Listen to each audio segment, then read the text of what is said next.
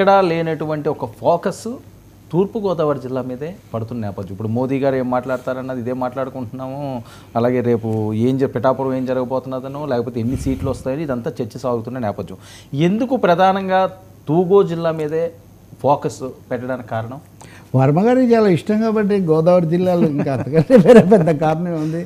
So Godavari జిల్లాలు అనేవి రాజకీయంగా కొంచెం ముఖ్యమైనవి. స్వింగ్ ఫ్యాక్టర్ చాలా ఎక్కువగా ఉంటుంది. ఒక్కసారిగా ఇటు నుంచి అటు మారడం, అలాగే అక్కడ గెలిచిన వాళ్ళే కేంద్రంలో రాష్ట్రంలో అధికారంలోకి వస్తారని అదొక సెంటిమెంటు.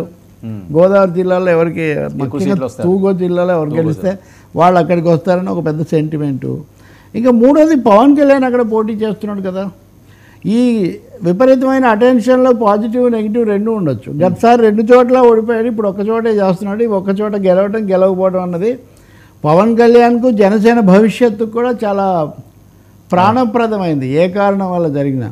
దానికి తోడు అక్కడ ముద్రగడ పద్మనాభం మకమేయటము, కాపు ఫ్యాక్టరీ మీద చాలా రావటము, పులివెందుల వర్సెస్ పిఠాపురం, రాయలసీమ వర్సెస్ కోనసీమ, ఇలా చాలా టైటిల్స్ అక్కడికి రావడం వల్ల ఈ అటెన్షన్ వచ్చిందని మనం అనుకోవాలి.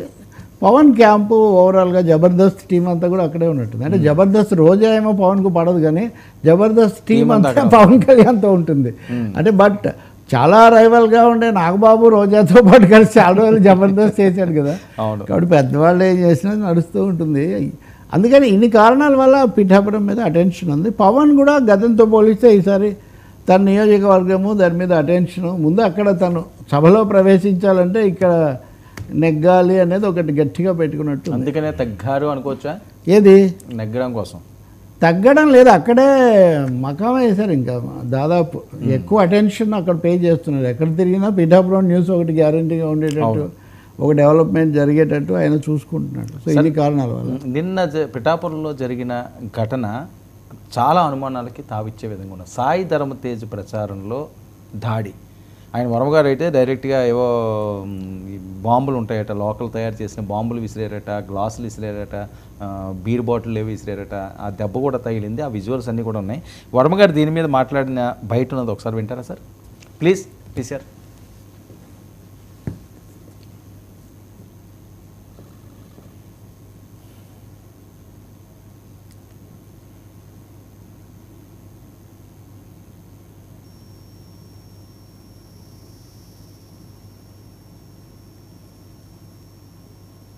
పీసీఆర్ వర్మ గారు బయట ప్లే చేయండి.